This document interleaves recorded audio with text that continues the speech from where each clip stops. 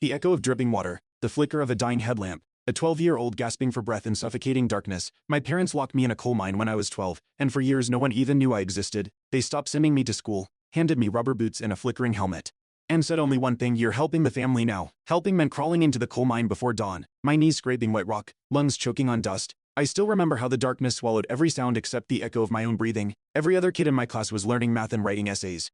Me, I was memorizing which tunnels were safe, and which ones might bury me alive. My father, Howard, called it building character. My mother, Patricia, just nodded like it was natural to steal a childhood. I didn't fight back at first. I kept my mouth shut, same as always.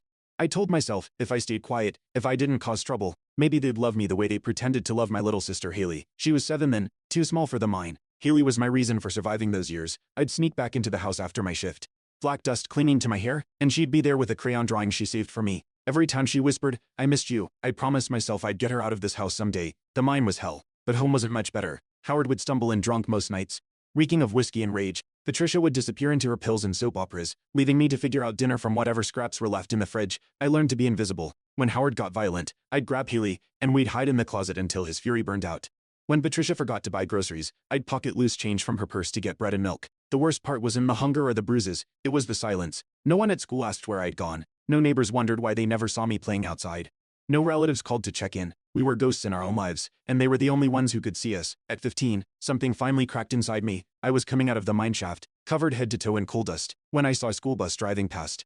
Kids my age pressed their faces to the windows, laughing at something one of them had said. I stood there watching that bus disappear, and for the first time in years, I got angry, really angry. Not the quiet, swallowed rage I'd carried like a stone in my chest, but something hot and sharp that made my hands shake. That night, I found an old flip phone Patricia had thrown in a drawer. The battery was dead, but I managed to charge it with a cord I found in Howard's truck. I started recording everything, Howard screaming about quotas and how I was worthless as tits on a boar hog, Patricia laughing when I asked if I could go back to school, saying I was too stupid for book learning anyway. I took pictures of the bruises on my arms, the cuts on my knees, the state of our house with its peeling wallpaper and broken windows. I documented everything like I was building a case, because that's exactly what I was doing. One morning, I walked into the Kespia's office shaking like a leaf. I handed over the pictures and voice recordings I'd collected, and told the whole ugly story to a woman named Sarah who had kind eyes and took notes in careful handwriting.